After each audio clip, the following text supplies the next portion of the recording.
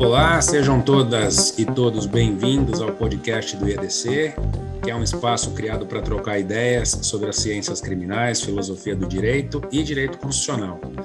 Meu nome é Rafael de Souza Lira, atualmente eu sou diretor do IEDC e no capítulo de hoje do nosso podcast, a gente vai conversar sobre alguns aspectos administrativos e criminais da nova Lei de Licitações, a número 14.133 de 2021. Eu tenho o prazer hoje de receber aqui dois convidados especiais para esse bate-papo. A primeira é a doutora Raquel Scalcon.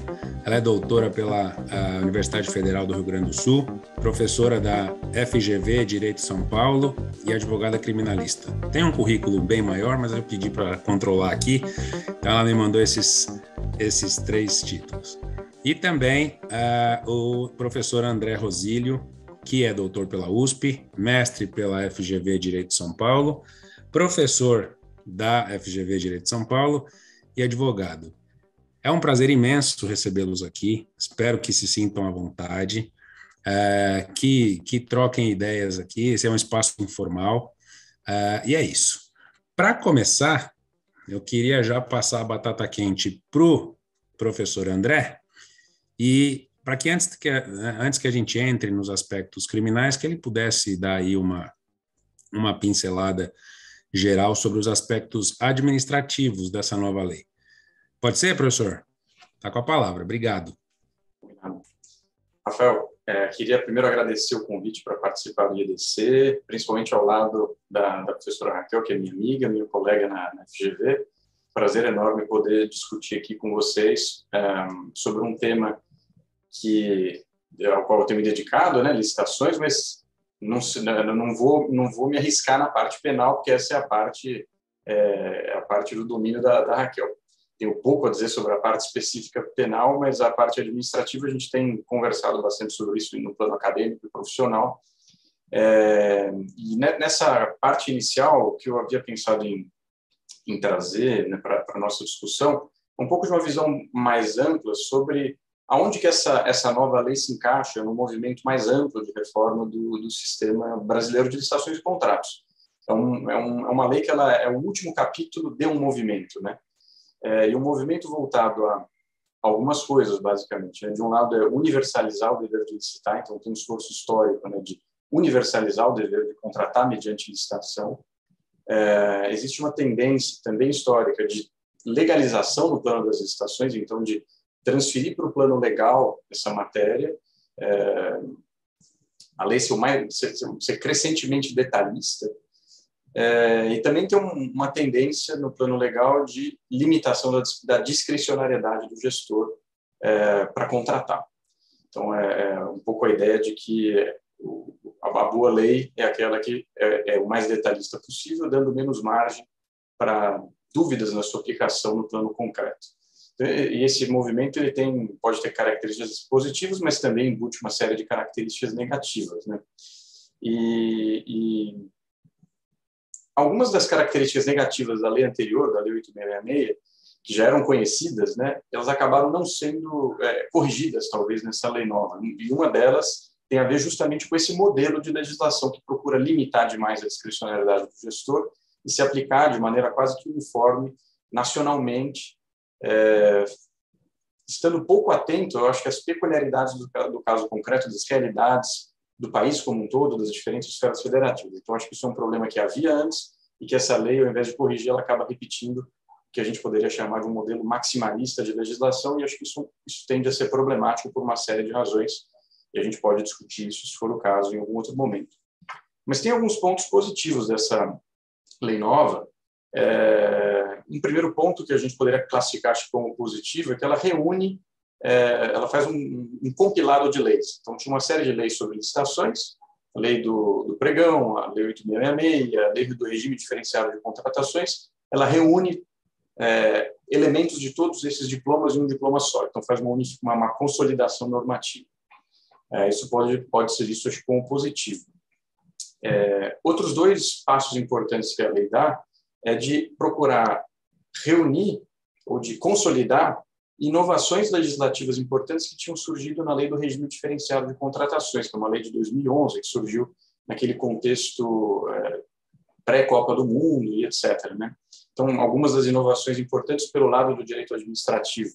A previsão, por exemplo, do orçamento que fica, orçamento sigiloso, essa expressão era um pouco ruim, mas é um instrumento para tentar dar mais competitividade à licitação, enfim, uma série a contratação integrada, que é uma forma de contratar transferindo riscos, né, de projeto para o particular, enfim, uma série de pontos que, a meu ver, são positivos da lei do RDC, acabaram sendo generalizados para toda a administração pública nesse novo diploma. E outra tendência, né, outra característica dessa lei nova é que ela importa para o regime geral de contratações algumas novidades que existiam no campo das concessões, que são contratos mais complexos, de longo prazo, que envolvem valores mais elevados. Então, por exemplo, permitindo que a administração participe de arbitragens, explicitando que o contrato ele deve prever uma matriz de riscos para distribuir riscos de modo mais objetivo para as partes, etc. Então, acho que é uma consolidação de inovações importantes do RDC, do Regime Diferenciado de Contratações, e da Lei de Concessões. Então, esses dois pontos positivos, né? E mais um outro ponto positivo que eu queria destacar aqui, que não tem a ver exatamente com o assunto penal, mas a gente já se aproxima um pouco disso, né?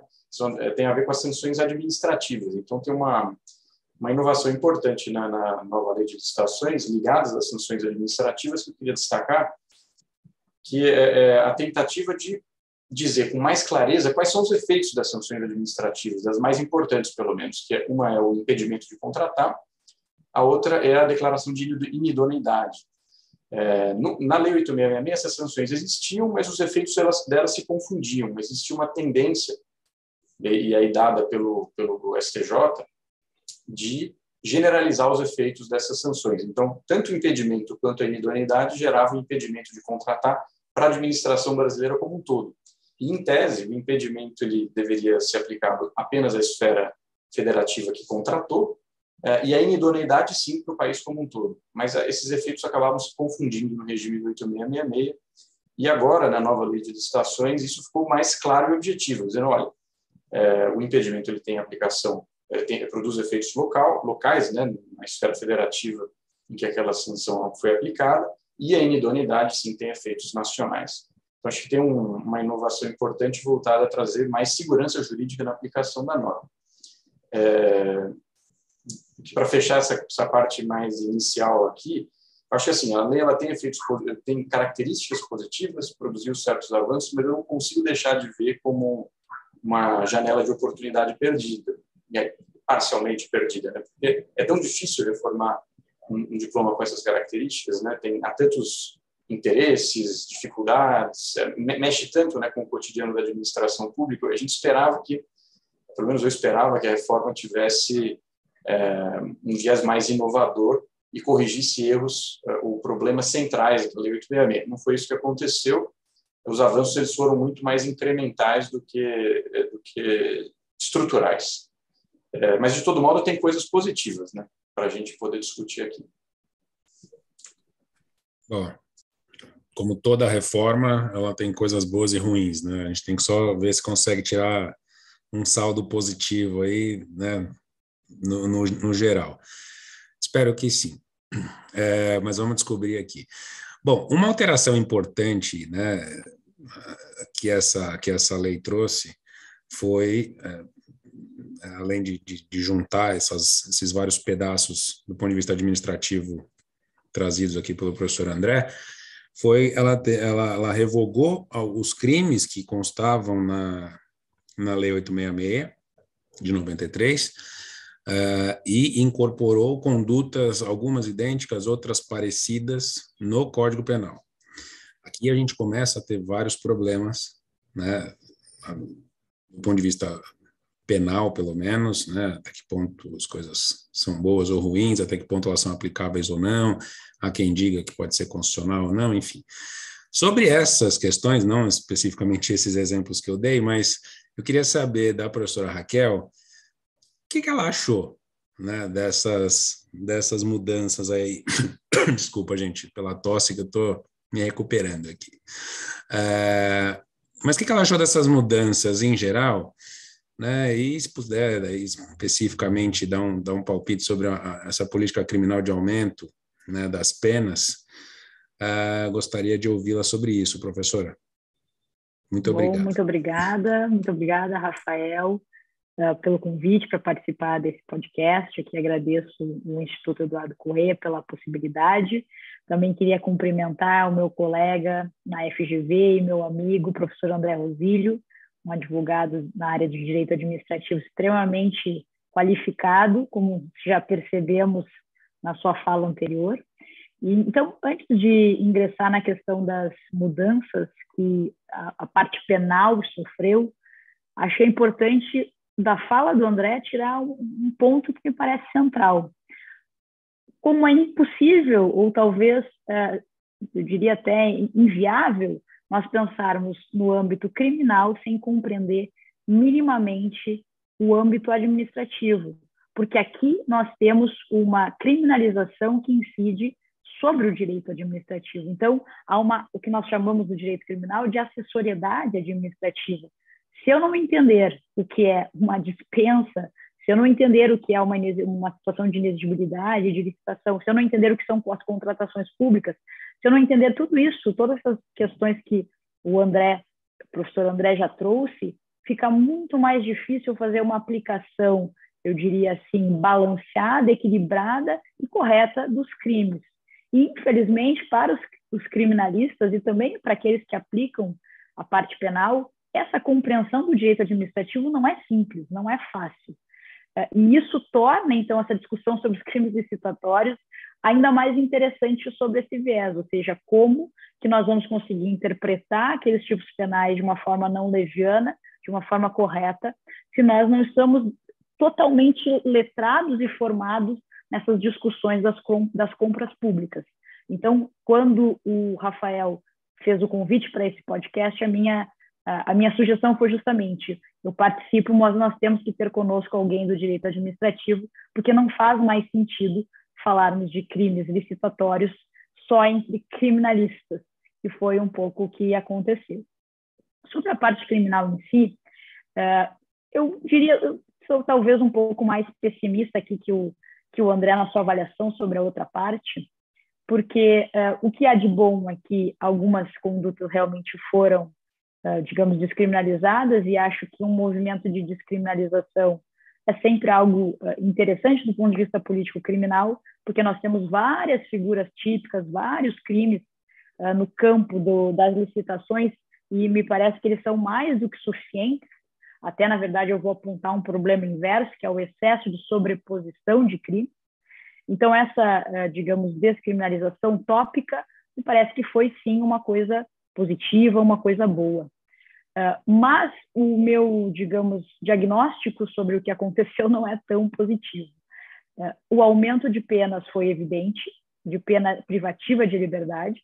Isso me parece que num contexto em que nos encontramos, com excesso de população prisional, com, enfim, condutas bem mais graves do que essas, uma política criminal de aumento de pena é sempre uma resposta um pouco monótona do legislador, que na dúvida sempre aumenta a pena, é o que ele faz.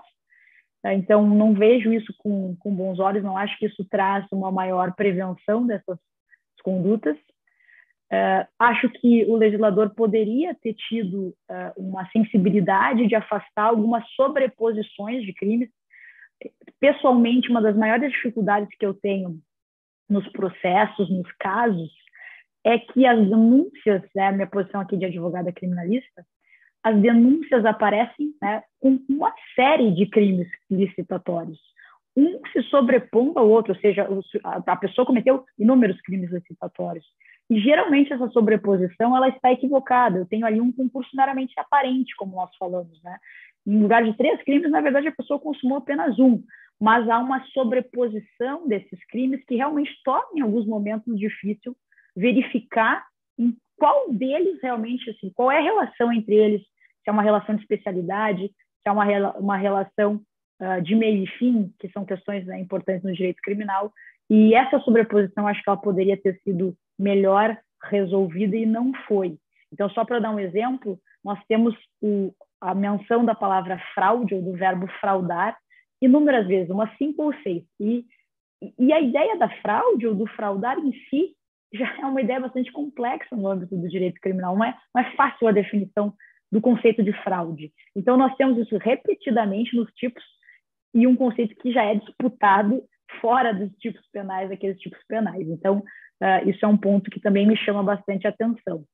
Uma outra questão que me chama bastante atenção é que eu tenho a sensação de que aquelas descrições típicas, aquelas narrativas das condutas criminosas, em cada tipo penal, elas são mais abertas do que em outros, digamos, outros âmbitos protegidos pelo direito criminal. Então, por exemplo, no 337N, nós temos a seguinte expressão: dificultar injustamente. O que seria dificultar? Esse verbo, ele é bastante vago. No 337K, nós temos uma curiosa equivalência entre tentar e entre a consumação, né? Tem ali, tanto tentar quanto consumar a conduta é como se fosse o mesmo crime. Não tem uma diferença aqui entre a tentativa e o crime consumado. No 337L, nós temos o crime de perturbação, né, do processo licitatório, nós temos o verbo perturbar, que também é um verbo bastante amplo quando nós estamos tratando de procedimento de compras públicas. Dificultar, perturbar, ou seja, a compra pública não é uma coisa em si não perturbada, né? Ou seja, ela é complexa mesmo, ela envolve uma série de atos, então isso me chama bastante atenção. Uma outra questão que eu queria pontuar, e aqui já me encaminho para encerrar essa primeira avaliação, seria a existência de multa, né, de previsão de multa criminal em todos os tipos penais. E aqui, fazendo uma conjugação com o direito administrativo, nós provavelmente teremos uma sobreposição de sanções, claro, de naturezas diversas, porque nós temos uma sanção de natureza administrativa, uma sanção de natureza criminal, mas que em si são multas. Então, a gente pode até ter uma discussão mais, claro, aqui, mais no futuro, um problema secundário, mas que é um problema que me parece que existe, que é o próprio bis in idem entre essas esferas, né? Ou seja, eu sofro uma pena criminal, eu sofro uma pena de multa por fundamento criminal, mas ao mesmo tempo eu vou sofrer por fundamento não criminal, administrativo, pela mesma situação. E aí, como harmonizar essas sanções para que não haja um excesso de multa, na verdade, porque geralmente essas aplicações não conversam entre si. Então, é um problema também que seria interessante de ser discutido. Essa é a minha avaliação inicial, Rafael. Eu devolvo a bola para você. Já temos que pensar aqui em qual tese criar para fugir do argumento da independência das instâncias e tal, porque é aquela decisão já pronta dos tribunais, né, que vão querer tirar esse problema deles também, a hora que chegar. Acho que a gente já tem aí uma tarefa de casa. Mas, de fato, a minha impressão sobre as novas leis, né, não só essa, é que está faltando muita técnica legislativa, né? Parece que, assim, a pressão, não sei se da imprensa ou dos eleitores, né, de alguma forma, tem sido difícil, talvez, para os nossos legisladores, porque, sim, tentam resolver todos os problemas naquela lei. Então, assim, você encontra expressões né, muito abertas, do tipo qualquer, do tipo fraudar, do tipo, né, essa mesma crítica que foi colocada pela Raquel. E qual que é o problema disso principal? A gente tem limitações, né, constitucionais penais. E aí você vai falar o quê? Tudo isso é inconstitucional e tal. E aí você começa umas discussões que não deveriam acontecer, principalmente porque a gente tem uma CCJ, principalmente, né, porque teria que ter esses controles aí antes da gente começar a ter os problemas. Então, é uma situação difícil, eu não sei se cultural, eu não sei a quem atribuir essa responsabilidade, mas é isso, vão surgir vários problemas. Acho que esses que a professora Raquel colocou são alguns, mas eu queria ouvir também as impressões do professor André, que por mais que seja mais afeto aí ao direito administrativo, tenho certeza que pode dizer quais são as suas críticas aí à parte penal. Pode ser, professor? Claro, claro. Eu, tomando aqui um pouco de na carona aqui nos comentários da professora Raquel, com os quais eu concordo integralmente, uma coisa que eu acho que é curiosa, assim, esse movimento de reação para endurecer penas, criar novos crimes, né? Então, como uma resposta à sociedade, a coisa bem comum, né? Se vira e mexe, o Congresso vai por essa linha um pouco populista, né? Tentando dar uma resposta muito simples para um problema complexo e, em geral, errado. E acho que a nova lei de licitações acho que não escapa muito infelizmente, desse fenômeno. A parte penal do 866 ela já era bem ruim, né? E mais uma vez acho que dá para enquadrar esse caso, né, da parte penal nessa janela de oportunidade perdida, né? Ao invés, a técnica legislativa não foi melhor do que a da Lei 8666, e tem um ponto talvez mais negativo, né, de procurar intensificar ou ampliar, né, ou deixar mais dura a sanção, partindo talvez da premissa de que o problema era que a sanção ela era leve na Lei 8666. Mas será que era, né? Será que esse diagnóstico está correto? Será que o problema era esse, né? Será que faltava ter uma ampliação da pena? Talvez não, né? E uma coisa que eu acho que é curiosa, assim, essa tendência de querer ampliar a pena, né, na nova lei de licitações, parece que parte da premissa de que não haveria outra maneira de se atingir o objetivo de punir ou de evitar que aquele tipo de conduta se repita. E o legislador, acho que de alguma maneira fecha os olhos para o fato de que existe um sistema punitivo muito mais amplo do que a lei de licitações. Então, não necessariamente você precisa resolver esse tema no crime, né, no campo penal. Há uma série de outros diplomas normativos com esse viés punitivo, né? Por exemplo, fraudar a licitação é um tipo de conduta que pode trazer não só o direito penal, o crime, né, da lei de licitações, tanto da 866 quanto da nova, agora, mas também é uma conduta que dá ensejo à aplicação da lei de improbidade, dá ensejo à aplicação da lei anticorrupção. Então, tem uma série de outros campos que são acionados por essa mesma conduta. Então, não faz muito sentido você imaginar que você precise ampliar a pena no campo penal para se atingir o resultado de evitar que aquela conduta se reproduza ou para punir mais, né? Essa sanção, essa conduta, ela já é muito punida em outros campos. Talvez o problema esteja mais no fato justamente de ter essa sobreposição, né? Ou essa produção de efeitos de uma mesma conduta na esfera penal, na esfera administrativa, na esfera civil, essa confusão, essa multiplicidade de sanções, de atores de controle que não se conversam muito, e aqui acabam gerando um espaço de confusão muito grande, e, por sua vez, insegurança jurídica. Então, saber qual que é exatamente a conduta punível, qual é exatamente a consequência que aquela conduta pode gerar no campo penal, no campo administrativo, no campo civil, a gente não tem muita clareza sobre isso, eu acho. E esse tipo de problema talvez devesse ter sido resolvido ou levado em consideração, e eu tenho a impressão de que não. O diagnóstico foi muito mais simplista e a resposta dada pelo Congresso Nacional acho que reflete um pouco isso. Não sei, tem um pouco essa impressão, Rafael e Raquel. Eu compartilho. Na verdade, essa falsa esperança que se tem com o direito penal, ela já não é uma coisa nova, né? De muito tempo. Na verdade, parece que assim, quando veem que não conseguem resolver, criam lá algum tipo penal e quanto mais a pena for larga, melhor, e, né, na verdade não é isso. Né? Temos vários exemplos disso, a própria lei de crimes hediondos, né? O Dr. Alberto Silva Franco já escreveu bastante sobre isso, tem estatísticas até não querer mais, né, que mostram, o direito penal é o que sobra para o Estado, de fato, né? Você tem até o caráter de subsidiariedade na Constituição para isso, mas assim, tem muita coisa que dá para fazer de uma forma organizada, né? Talvez conversando mais, talvez tendo mais participação da sociedade, né? Com um pouco mais de cidadania, né? Então a gente teria que ir para questões de educação também, para que as pessoas tenham condições de se manifestar na coisa pública e tal, antes de chegar no penal. Então, assim, a impressão que fica para mim é que isso é mais uma resposta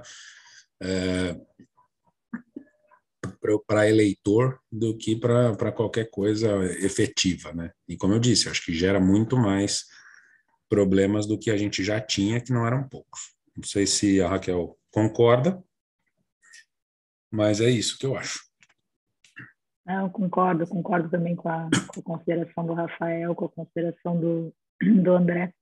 Pedir desculpas também pela minha voz que está um pouco falhando aqui por uma recuperação de uma gripe anterior.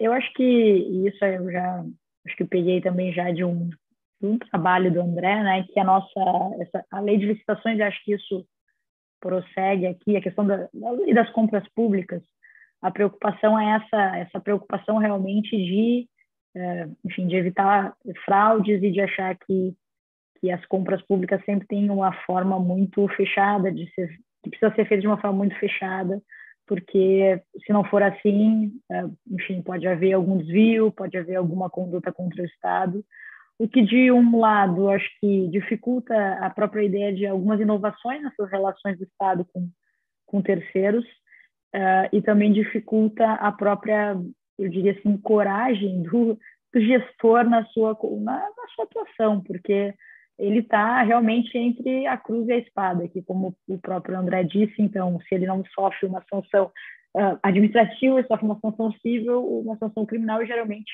as três coisas vão incidir ao mesmo tempo. Então, esse aumento da punição, esse aumento das penas dos crimes licitatórios, eu acho que não é, digamos, uma ideia do ponto de vista político-criminal inteligente, porque ela não está resolvendo o que se pretende resolver. E acho que uma das grandes questões que também está por trás aqui, que poderia vir a ser resolvida e não foi, como eu falei, são essas discussões mesmo sobre a compreensão desse crime. Afinal, ou seja, em quais situações nós estamos falando, de que gestor nós estamos falando de um gestor que é o prefeito de uma cidade pequena, enfim, tem um acesso a uma determinada informação, nós estamos falando de um gestor de uma grande capital. São diferenças, né, peculiaridades até na compreensão de toda essa ramificação de direito administrativo, sobre a qual, eu repito, o direito penal acaba incidindo, né, que deveria ter essa sensibilidade aqui do legislador em perceber essas diferenças e talvez abrir algumas brechas para isso, não jogando toda essa responsabilidade para o juiz, para o aplicador, pelo menos da parte criminal, né, para o juiz. Então, eu tenho essa percepção um pouco triste por essa janela de oportunidade que foi perdida, como disse o próprio André, mas acho que também nós estamos aqui para fazer essa crítica aos crimes, tentar, enfim, melhorar essa interpretação. Acho que tem dois pontos aqui que me parecem importantes. O primeiro é compreender realmente a redação desses tipos penais e compreender as regras de direito administrativo que subjazem, que estão ali e dão sentido a esses tipos. E o segundo ponto é entender quais são as categorias dogmáticas de direito penal que são essenciais para cada crime. Então, quando eu discuto se tinha um parecer jurídico que amparava aquela decisão pela inexigibilidade, o que isso significa do ponto de vista da teoria dele, onde que essa discussão está colocada, não é? Então, esses pontos, acho que esse é o nosso esforço agora, um esforço hermenêutico e um esforço de identificar quais categorias, pensando do ponto de vista criminal, claro, mas quais categorias da dogmática penal nos ajudam a entender cada crime, porque algumas serão mais importantes em um certo crime e outras serão mais importantes em outro, pela sua própria redação. Então, acho que o papel agora é não lamentar, né? Não adianta nós amaldiçoarmos a escuridão sem acender uma vela, então é melhor agora tentar construir essas possibilidades do que só reclamar que, bom, podia ter melhorado. Ok, mas estamos agora diante disso, então melhoremos a partir dessa discussão hermenêutica mesmo, dogmática. Você me permitir só fazer um comentário muito rápido aqui, conectado com a Raquel. Uma coisa que eu acho bem importante do que a Raquel disse olhando para os estímulos que uma legislação como essa, tanto a parte penal quanto o restante da lei de licitações, cria para quem para quem assume um cargo de gestão pública, para quem está dentro da gestão pública. Porque, enfim, os desvios, obviamente, eles têm que ser punidos. Acho que isso é indiscutível, está fora de questão e etc. Mas me parece que é preciso criar um lugar de conforto para quem está na gestão pública. Conforto no sentido de que existe um mínimo de segurança jurídica para tomada de decisões. Não é possível criar um espaço de desconfiança absoluta de quem ocupa um cargo de gestão. Porque, do contrário, você acaba inviabilizando a própria gestão. E a situação que eu acho que a gente vive hoje, e a parte penal, acho que da lei retrata um pouco disso, é uma ampliação dos riscos tão grande para quem ocupa um cargo de gestão, de tomada de decisão, para quem celebra contratos dentro da administração, que você acaba afastando da administração pública pessoas com um mínimo grau de responsabilidade, digamos assim. Eu não estou falando que quem está lá é irresponsável, não é isso. Mas acaba sendo muito arriscado assumir um cargo de gestão porque você não sabe de onde vai vir o tiro, mas que o tiro virá e virá. E provavelmente o seu CPF, a sua vida, o seu patrimônio, a sua família vai estar em jogo. Então, esse espaço de desconforto extremo que se criou para quem ocupa um cargo de gestão, me parece que é muito negativo. Porque não dá para ter a ilusão de que você vai conseguir bons contratos, uma boa gestão pública com lei. Isso não acontece. Você precisa de pessoas adequadas ocupando os cargos para tomar as boas decisões, tomar riscos quando for o caso, não tomar riscos quando for o caso. Então, você precisa de pessoas adequadas ocupando cargos. Se o espaço da gestão pública é um espaço de risco absoluto, não dá para esperar que você consiga atrair bons quadros, que você consiga fazer uma boa gestão pública. Então, essa criminalização ampla do espaço da gestão me parece muito negativa e com efeitos de longo prazo muito relevantes e efeitos relevantes ruins, né? Fica difícil o país ir para frente com um ambiente desse. Enfim, só tomando carona aqui um pouco no que a Raquel disse. Eu gostei muito dessa avaliação. Eu acho que é isso. Eu acho que a gente corre o risco de perder boas pessoas porque elas têm medo de se envolver em crime. Enfim. Mas vamos lá. Vamos pensar um pouco aqui na parte mais concreta. Queria propor aqui um rápido bate-bola aqui entre vocês, mas agora não mais de forma genérica, que a gente fosse para algum tipo penal que vocês queiram falar, e aí a gente analisaria talvez um pouco mais profundamente tanto os aspectos administrativos quanto criminais.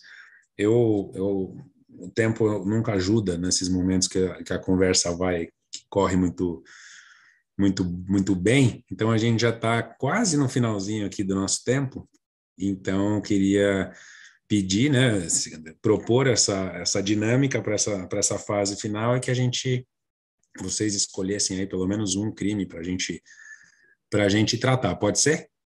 Quem começa?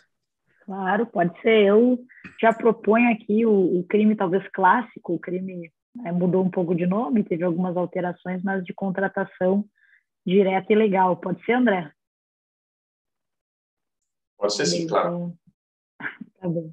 Então, esse crime, eu acho que ele é muito interessante quando nós analisamos. Primeiro, ponto 1, houve aqui um aumento do preceito secundário, né? A questão da pena privativa de liberdade também foi majorada. O que ele me parece muito interessante para discutirmos na presença de um administrativista é que ele por excelência, um crime que tem uma acessoriedade administrativa, porque o crime é justamente a contratação direta quando ela é ilegal, ou seja, quando ela está fora das hipóteses previstas na lei. Caso a lei, nas regras de direito administrativo. Então, para que eu possa entender o que está sendo criminalizado, do ponto de vista de interpretar mesmo esse crime, eu preciso entender o que o direito administrativo permite em termos de contratação direta e o que ele não permite. E se eu for até esse ponto, se eu pensar dessa forma, na verdade, eu teria também que entender os pontos de controvérsia no direito administrativo. Isso geralmente não chega até o juiz criminal. seja, ele não entende ou não é considerado o quanto é disputada certas situações em que nós estamos diante de uma dispensa ou de uma inexigibilidade, quanto isso é disputado dentro do próprio direito administrativo. E, portanto, imagina a repercussão disso no âmbito do direito criminal. É como se, às vezes, a impressão que eu tenho quando se aplica esse crime é que a lógica é um pouco binária. Com certeza a contratação direta foi ilegal, com certeza a contratação direta foi legal. Como se esses dois conjuntos não sofressem tensões entre eles, não estivessem tensionados e com uma grande parte em que nós ficamos um pouco na dúvida, afinal, aqui de fato houve uma contratação direta legal ou não. Então esse é um ponto que me parece muito interessante nesse crime. E um outro ponto, e aí eu passo também para o André, para ele poder comentar, e a gente pode fazer aqui uma coisa mais bate-bola mesmo, acho que fica bacana, é o papel dos órgãos de controle aqui, né, do controlador também para o órgão criminal, ou seja, muitas vezes essa situação de dispensa, dessa contratação legal vai ser analisada por um controlador, enfim, por um tribunal de contas, etc. Qual que é a relação disso, ou qual o impacto dessa análise por esse órgão sobre o juiz criminal, né? Isso é uma discussão que já vem sendo feita, às vezes, em alguns momentos, mais no âmbito acadêmico do que no judicial, porque no âmbito judicial é muito tratado como uma independência plena entre as instâncias. Mas a pergunta é essa: bom, eu vou fazer uma análise dessa conduta, o controlador vai fazer uma análise, talvez o controlador entenda que realmente foi legal a contratação direta, e às vezes o juiz criminal vai entender que foi ilegal a contratação direta, mesmo em contradição aqui com o Tribunal de Contas, por exemplo. Outras vezes o Tribunal de Contas tem uma análise um pouco oscilante sobre certas situações que envolvem contratação direta. O juiz criminal também ignora um pouco, como eu disse, o quão disputadas são aquelas situações, o quão controversas são aquelas situações, e acaba muitas vezes aplicando esse crime, na minha sensação do dia a dia do foro, realmente como uma lógica muito binária, como se fosse muito evidente que aqui o gestor errou e fez uma contratação direta legal, e aqui ele acertou, sendo que na hora, né, do dia a dia isso não é assim. E essa situação fica mais potencializada, e aqui eu passo para o André, quando nós pensamos nas compras que ocorreram durante a pandemia, né, as contratações públicas, as compras públicas durante a pandemia, que certamente não é o único contexto de incerteza, de urgência, de premência, e isso também pode ser ignorado por um juiz criminal, mas isso às vezes é tão extra-autos, ou seja, está tão fora do processo, que não é possível explicar toda essa situação e conseguir com isso mostrar que, bom, nesse caso não houve crime, pode ter havido um erro do gestor, mas é diferente de um crime do gestor. E com isso eu passo ao André para ouvir um pouquinho como é que ele vê essas situações e como que o direito administrativo pode nos ajudar a entender melhor esse crime. Eu acho que o ponto que você colocou é perfeito. Assim, não é preto no branco, né, para saber, por exemplo, quando ocorre uma contratação direta fora das hipóteses da lei, né? Fora das hipóteses previstas em lei, essa expressão que o dispositivo legal usa, né? Então, só para tentar exemplificar um pouco, né, quando a gente fala de contratação direta, a gente fala de duas situações, basicamente: inexigibilidade e dispensa de licitação. A inexigibilidade, basicamente, são casos em que a competição ela é inviável, e por isso a licitação é inviável. No caso da dispensa, a licitação em tese seria viável, mas a lei ela abre um espaço para uma contratação direta, por alguma razão qualquer. Se a gente for olhar a inexigibilidade, a própria lei atual e anterior define a inexigibilidade como um rol exemplificativo de situações que caracterizam a inexigibilidade. Então, é meramente exemplificativo. Toda e qualquer situação em que a competição for inviável pode ser enquadrada como inexigibilidade. Agora, a pergunta, né? Quando a competição é viável ou não? Essa é uma situação controversa, né, por definição, né? Então, se, por exemplo, o poder público ele deseja contratar uma determinada solução inovadora fornecida por uma startup. Essa solução inovadora ela é a única fornecida pelo mercado, né? Ela é única. Talvez não, mas ela talvez seja a que mais se adequa aos objetivos do poder público. Então, eu poderia dizer que essa é uma situação de inexigibilidade. Outra pessoa, olhando para essa mesma situação, vai dizer, não é. A competição aqui ela é possível, você deveria fazer uma licitação. Então, é uma situação essencialmente controversa, né? Saber se existe ou não uma inexigibilidade fora das hipóteses previstas em lei. E a mesma coisa acontece com as hipóteses de dispensa. Tem uma hipótese de dispensa, por exemplo, que existe, né, que ela tem natureza de inexigibilidade, mas a lei classifica como dispensa, que é contratação por emergência. E aí, pegando o contexto da pandemia, né, existe uma discussão enorme para saber se contratar por emergência é um caso de dispensa de licitação, você pode contratar direto. Só que aí, quando caracteriza a emergência, muitas vezes os órgãos de controle, ou o Ministério Público, sei lá, identifica que a situação em que o gestor contrata por emergência, ela foi fabricada, então é uma emergência fabricada. Então, ao invés de o gestor de um determinado hospital ter se antecipado à falta de gás no hospital e contratado com licitação antes, ele esperou chegar o momento em que não existiria mais gás e precisou contratar por emergência. Então, ela é uma situação controversa também, por definição, né? Então, exige uma análise de fatos, exige uma análise de... Aí é uma pergunta, até depois que eu jogo mais para você. A análise do dolo, nesse caso, ela é imprescindível ou não? Um outro caso de contratação direta problemático para finalizar aqui esse exercício de tentar ilustrar um pouco desse desafio. Aí, a lei das estatais, por exemplo, as estatais elas precisam contratar por licitação também. E tem uma hipótese de contratação direta lá na lei das estatais, que é a seguinte, ela pode contratar direto em casos em que ela identificar uma oportunidade de negócio. Essa é a expressão usada pela lei. O gestor da empresa estatal ela pode identificar que ela firmar uma parceria com outra empresa, aquilo está caracterizado como uma oportunidade de negócio. Mas uma outra pessoa fora daquela situação pode olhar para os mesmos fatos e dizer, não, isso é uma burla licitação.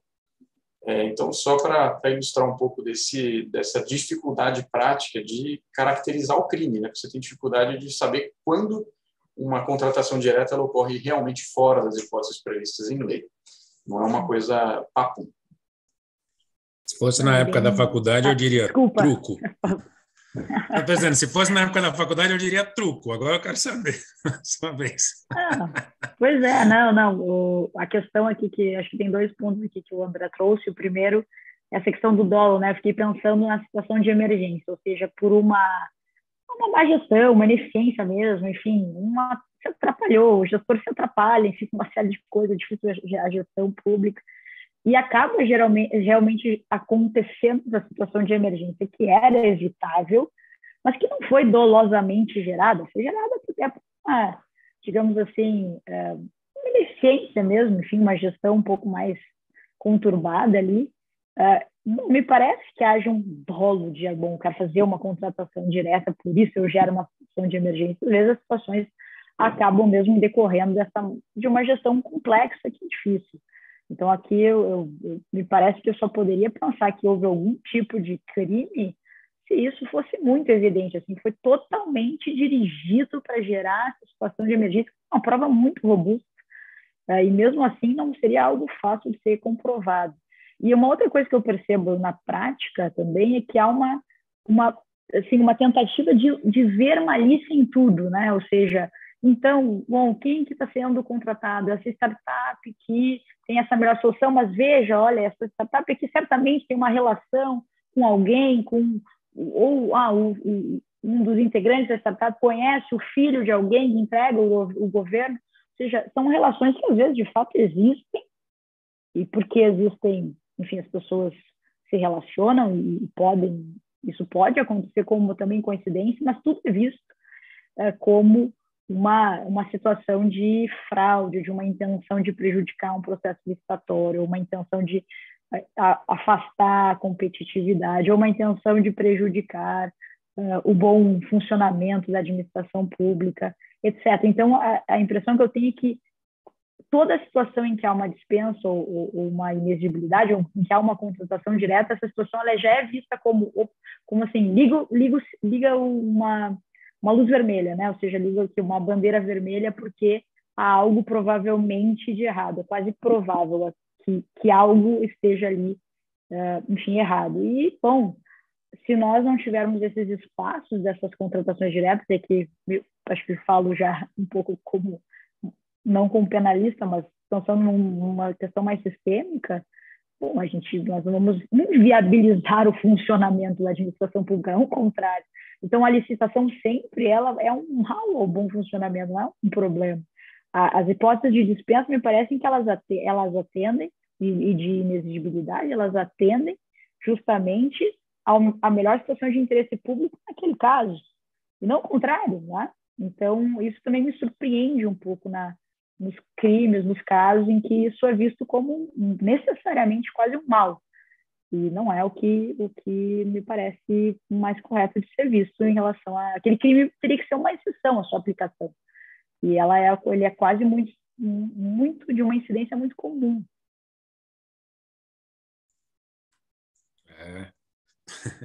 Quer falar, André?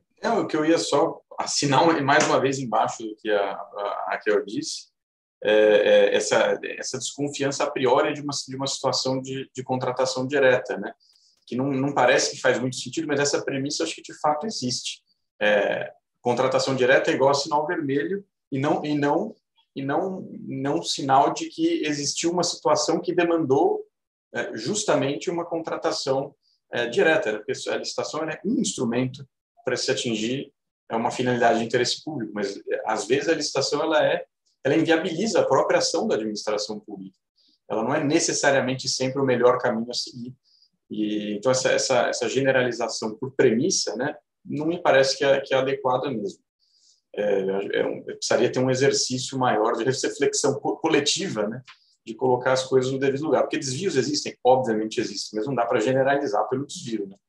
Senão o efeito acaba sendo muito negativo. Bons pontos. Olha só, gente, eu tenho que dar uma notícia ruim aqui, pelo menos para mim. A gente está perto do finalzinho mesmo, eu queria pedir que fizessem as considerações finais, mas antes disso eu queria dizer o quanto foi agradável para mim, enquanto aqui mero apresentador do programa, ouvi-los. Então, desde já, muito obrigado pela participação de vocês, pelas contribuições, pelo nível de comprometimento aqui com as pessoas que seguem as nossas redes sociais, né, associados ou não ao IEDC. É isso. Muitíssimo obrigado e, por favor, as considerações finais aí de vocês a partir de já.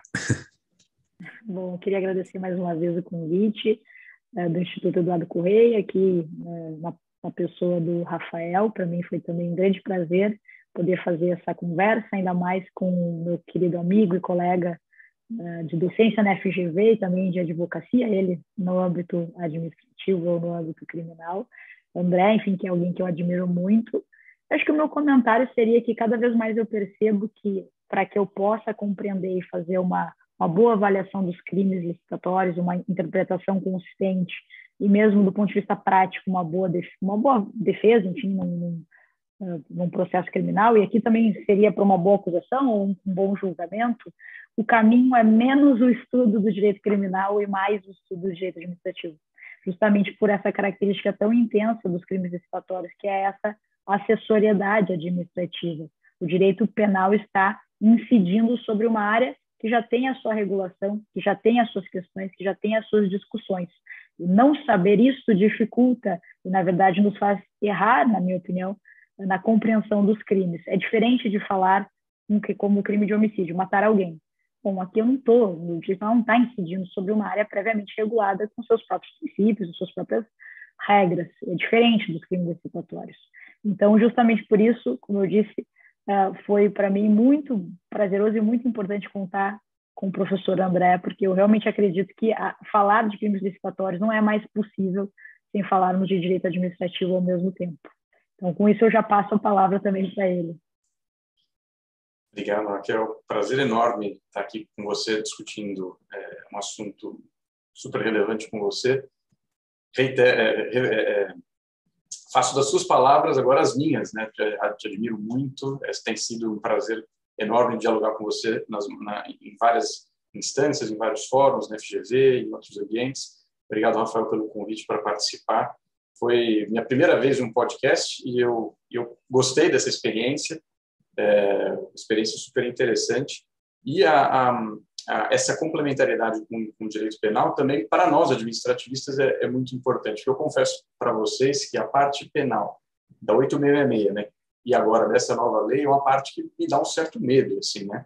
Eu parava a leitura um pouco antes dela e evitava entrar ali, porque é um campo em que a gente fica muito inseguro, né? Então, essas rodadas de discussões com penalistas, né, acho que agregam demais, eu acabo aprendendo muito, porque a lógica do direito penal realmente não faz parte do nosso cotidiano.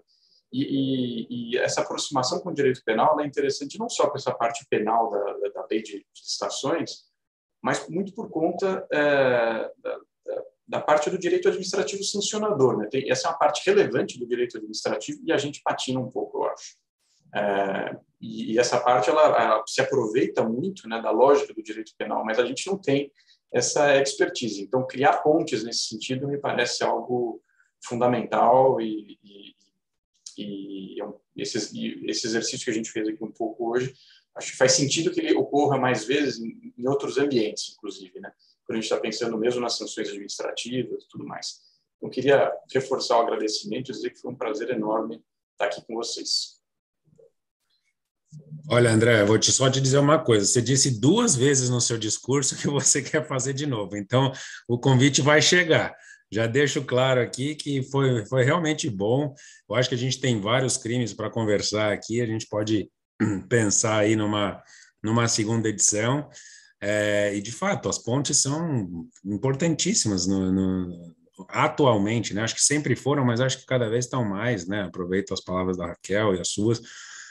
A gente precisa conversar, né? As áreas se interligam, são seres humanos que praticam isso, então,